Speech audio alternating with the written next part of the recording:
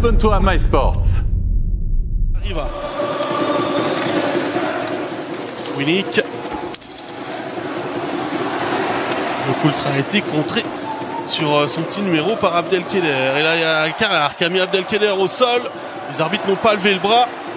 Riva, petit peu de champ libre et l'ouverture du score pour le HC Lugano par Justin Abdelkader sur ce tir d'Elia Riva avec un rebond accordé par Desclous et c'est le premier but pour Justin Abdelkader depuis son retour en Suisse.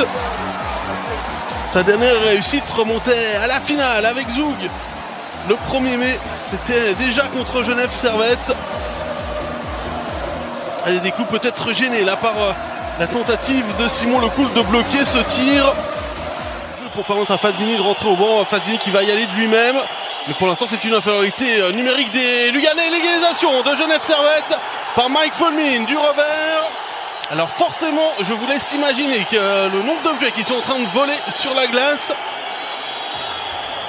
On va revoir déjà la fin de l'action et la réussite de Genève Servette avec Miranda là, qui veut remettre dans l'enclave et ce puck qui a été touché qui parvient finalement à Fulmin. Et c'est Guerra hein, qui touche la passe.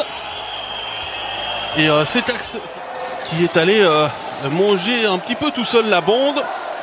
Il a perdu c'est lui qui est allé au contact avec Rod, il a perdu alors que là les jeunes voient qu'il se réveille à peine.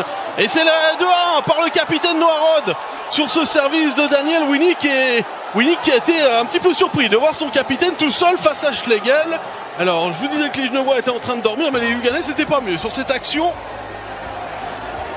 Regardez, Romain Le Foll attiré par le puck et Morini qui est en train d'entrer, lui est beaucoup trop loin. Alors c'est encore plus flagrant, regardez, il n'y a aucun Luganais dans la zone de défense à part Romain Le Foll. Et je pense que Noah Rod lui-même a été très surpris de se retrouver face à Niklas Schlegel. Et comme vendredi soir, une des équipes marque à 4 contre 5. On avance, ça parlait jusqu'à quart. Turcauf. Le tir de Turcauf dans la lucarne. Et l'égalisation de Lugano juste avant la mi-match à 8 secondes du terme de la pénalité contre Joris.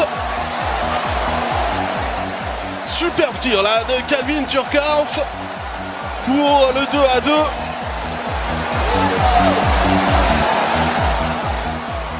Alors c'est clairement pas un but de powerplay, mais le tir est extrêmement précis là au-dessus de l'épaule de Gauthier Desclous. Et rien à faire pour le portier de Genève Servette qui s'incline une deuxième fois ce soir.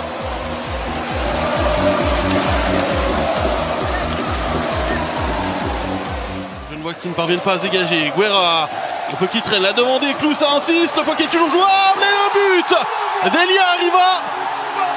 Le 3-2 après à peu près 7 minutes de jeu dans cette troisième période, alors qu'il y avait énormément de monde dans le demi-cercle de Gauthier Desclous.